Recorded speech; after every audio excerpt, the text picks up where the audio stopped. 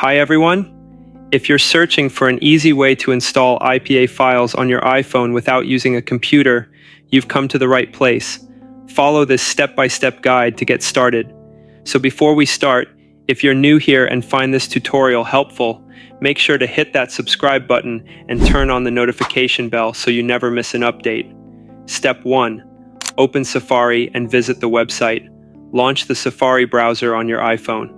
Navigate to the website wangchi.com. So if you're unfamiliar with it, don't worry, just follow along with the instructions. Step 2. Install the DNS profile. Look for the DNS icon on the website and click it. Tap Download to get the DNS profile. Note, if you're using a newer iOS version like iOS 18, the DNS file may not install directly. In such cases, download the text file instead, save it in the Files app, and rename its extension to .mobileconfig. Open the renamed file and install the profile in Settings. Enter your device password and tap Install. Step 3. Select and download the installer link. Go back to the website and choose a design installer link. Start with the first link. If it doesn't work, try the next one. Tap the link, wait for the short link to load, and click Get Link. Download and install the app. If you see an error like Unable to install, try using another link.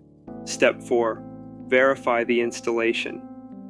If you see an untrusted developer warning, it means the app has installed successfully. To verify, go to Settings greater than General greater than VPN and Device Management and click Trust. For iOS 18 users, allow the changes and restart your device before proceeding. Step 5. Import certificates. To install IPA files, you need to import a certificate. Download the certificate from the website and save it to your Files app. Open the app, e.g. Assign, tap the 3 dots at the top, and select Import Certificate. Locate and import the downloaded certificate. Step 6. Install IPA files. Import the IPA file you want to install into the app.